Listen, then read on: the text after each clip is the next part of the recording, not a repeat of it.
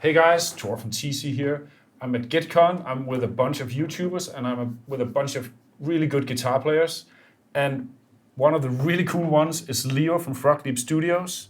Thank you. Thank you for coming here and taking the time to do this. It's an honor. I've been watching your show. Likewise. Yeah. So, can you tell us a little bit about yourself, when you started playing and who your influences were?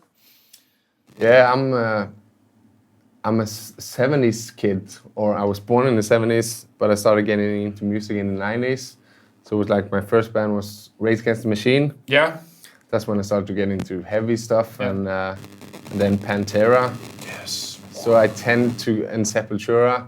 Oh. So I like the mix from Rage Against the Machine to Pantera is pretty big in sound, but it sort of has a similar attitude. There's a certain aggressiveness to it. Yeah, the screaming and meaning it. And also, even in terms of just production values, I find that they both use pretty, it's pretty trebly. There's some sounds in that are like, Urgh. Yeah, in your face. Fucking face. So, Sepultura, on the other hand, is a little bit darker sounding. I grew up listening to like Beneath the Remains and those albums. Yeah, I started getting into it around Arise. Oh yeah, I think That's so cool. They started to clean up their sound a little bit. Yeah. Or maybe they just started knowing what they're actually doing in the studio. Yeah.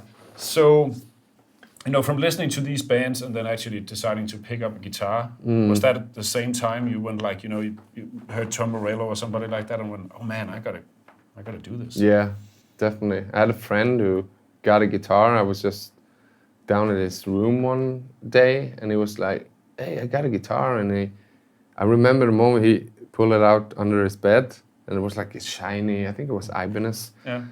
And it was like, oh my god, this is just a random toy. Yeah. And it's like, this is toy. And just like, okay, I'm gonna do this. So I started playing. Yeah. And it was metal stuff. You try to play like Rage Against the Machine stuff and. Yeah, Rage Against the Machine stuff. I didn't even know like palm muting until like a year or two in it. I didn't even know how they made that sound. But Rage Against the Machine don't do it so much. No. It's more Pantera, like that stuff. So yeah, but I've mainly been a singer actually in bands and stuff. But I played guitar longer. And the singing, did that come out of necessity, or has that always been something you did? Yeah, kind of. We had, when we first started, we were so young. Our voices hadn't changed. Oh yet. They had.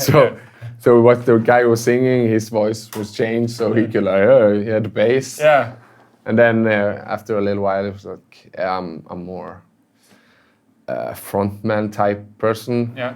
So yeah, I just started to do that. And then you started, playing in bands and touring and all that stuff. Yeah, we mostly touring Norway. Yeah. But we had a record deal at some point, like a small one. So we released a couple of albums, and did that. Can we still find those out there? Do you want to reveal that for us? Or I play the most known band is called Lowdown. Yeah. Which has a couple of albums. I think they're on Spotify even. So so that was really fun. Learned a lot.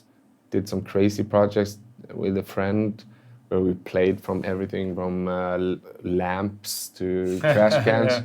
And I learned so much during that time about recording and opening your mind for different stuff coming in. Like, that's why I love effects and the production side of studio recording and hearing what's missing in a mix. Maybe I think that's my strength. It's not compressor ratio and all this stuff. I'm more about just listening and hearing what's missing and what's needed in the track. Yeah, so it's almost more of a producer role than it's an engineering role in that sense. I think I'm better at that.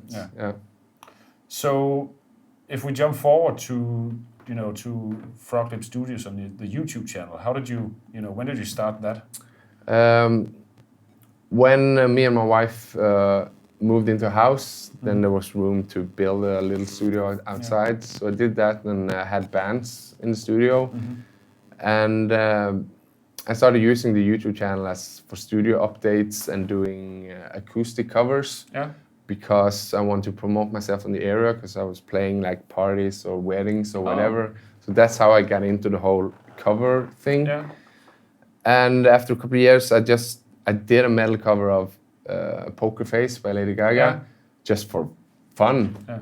And it sounded pretty good, and I put it up, and it got like 1 million views during a year, I think. Yeah. And that's when I really sat down and checked out about licensing, being able to sell the songs and doing all that stuff.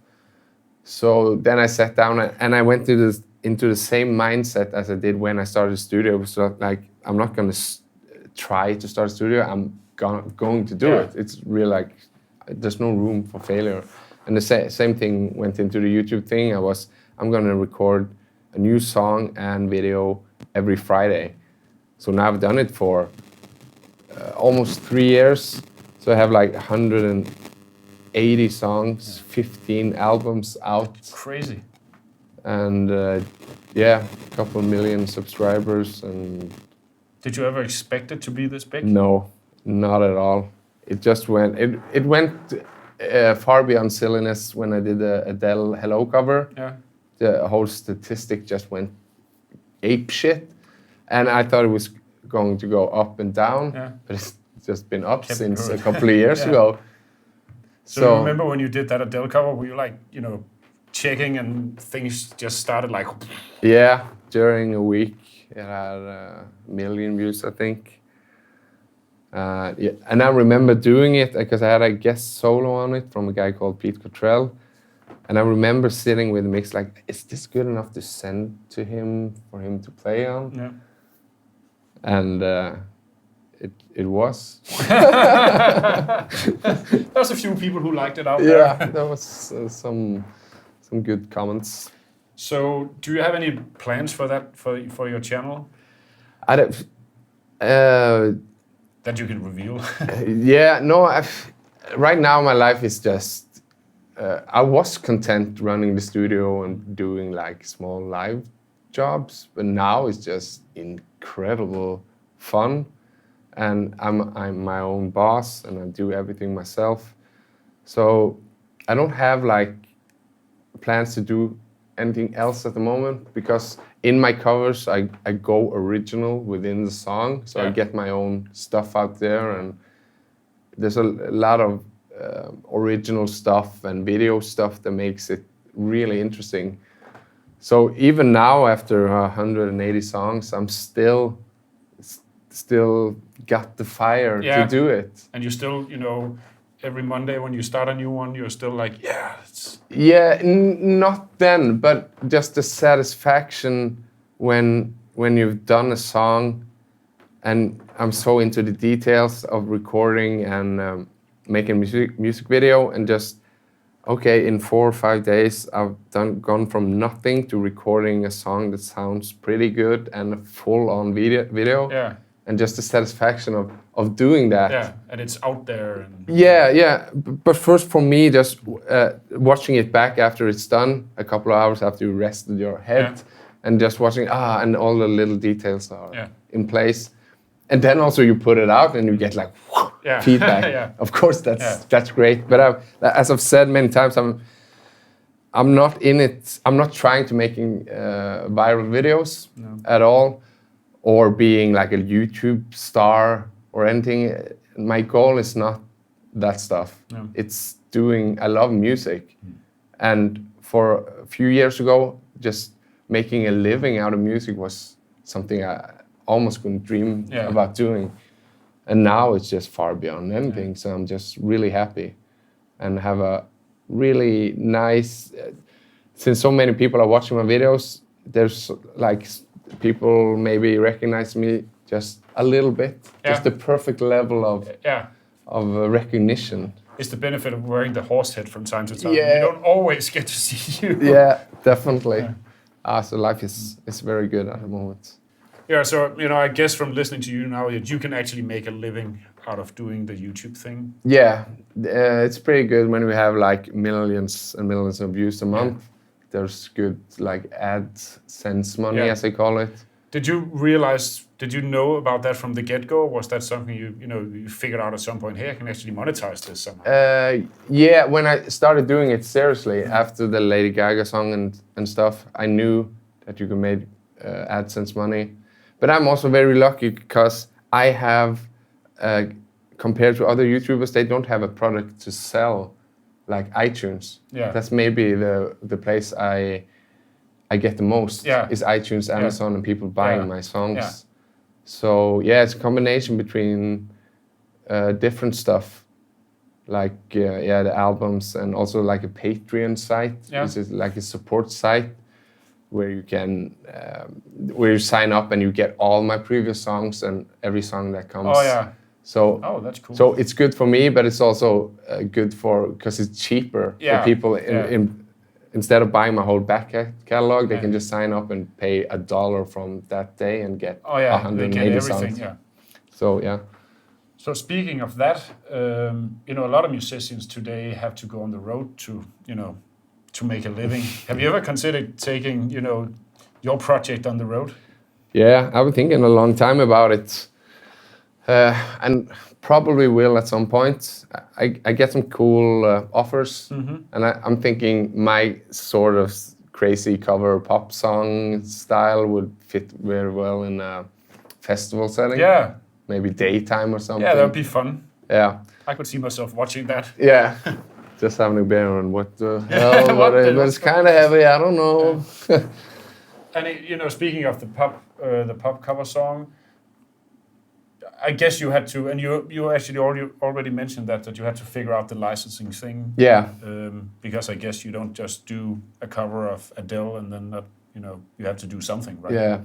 Of course you have to pay the songwriter, of course. And one of the key issues when I started was how do I do this? Do I need to contact a specific record company for each song I do, get the permission, which can take, I don't know, weeks, and then start distributing it to iTunes, Amazon, Google Play. But there is this site, now they changed name, it's called Sounddrop, where once a week, I upload the song, put in some info, who's wrote it, who's the original artist, and they get the licensing within a couple of days and distribute it to iTunes and everything. Oh, so that's brilliant. It's smooth. Yeah, nice. Somebody got a good idea there, I guess. Yeah, that's really nice. And they like me now because people are buying my stuff. Yeah. So they're like, yoo-hoo! I mean, your channel it's a music channel. You don't do gear demos or... I actually do. Oh, you do? I haven't seen those. I should have. I actually do. I do like a music video a week, and then I do 1 to 2 other videos also a week, which can be vlogging from here or gear stuff.